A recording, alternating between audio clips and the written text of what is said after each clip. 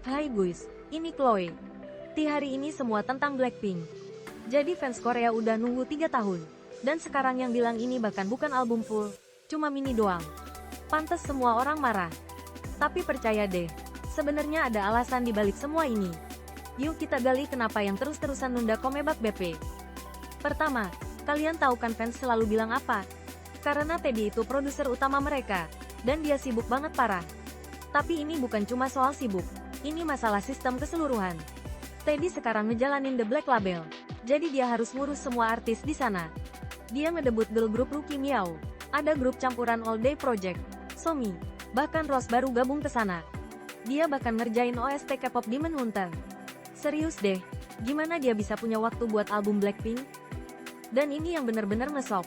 Alasan yang cuma ambil lagu dari Teddy itu dasarnya duit. Dia udah bareng mereka sejak era One Time, jadi udah kayak keluarga. Artinya yang nggak bayar dia biaya produksi normal, dia cuma dapat royalti.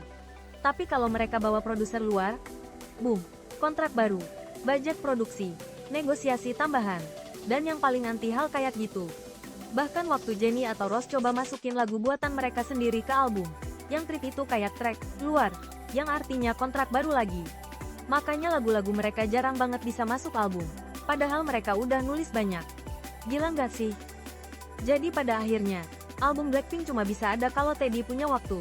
Dan sekarang dia jelas nggak punya sama sekali. Dia super sibuk ngejalanin The Black Label, produksi buat artis-artisnya, dan baru aja launch Meow tanggal 6 September. Plus dia punya girl group lagi, Isna, yang dijadwalin debut tahun depan. Kecuali Teddy ngekloning dirinya sendiri, album full Blackpink itu basically impossible. Dan dengerin ini, yang bilang comeback November, tapi timingnya bener-bener nggak masuk akal.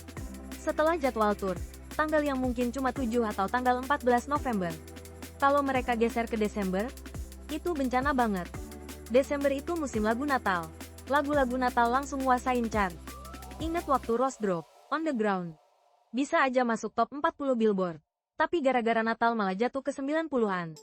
Bayangin comeback Blackpink setelah 3 tahun tapi kalah sama lagu Natal. Malu banget. Fans udah ngamuk. Orang-orang bilang hal kayak, mereka udah tahun ke-7 tapi total cuma punya 23 lagu. Atau, bahkan boy group selesai wamil lebih cepat daripada Blackpink comeback. Ada juga yang mikir disband bisa aja kejadian. Tapi ironisnya, tanpa Blackpink yang udah tamat, mereka nyumbang lebih dari setengah revenue yang. Tapi tetap aja, perusahaan bertingkah kayak nggak peduli. Ada yang bilang yang terlalu fokus push Babai Monster. Jujur, ini semua masalah sistem. Selama yang tetap ngandelin Teddy doang, Blink bakal terus stuck nunggu. Lihat hype mereka punya pool produser gede. SM juga, kerja sama banyak penulis luar. Tapi yang hampir 20 tahun jadi one man show-nya Teddy. Bagian paling sedih, Blink. 3 tahun nunggu dan sekarang cuma mini album. Mungkin November, mungkin Desember. Dan sejauh ini kita cuma dapat Like That di Juli. Cuma 1 lagu.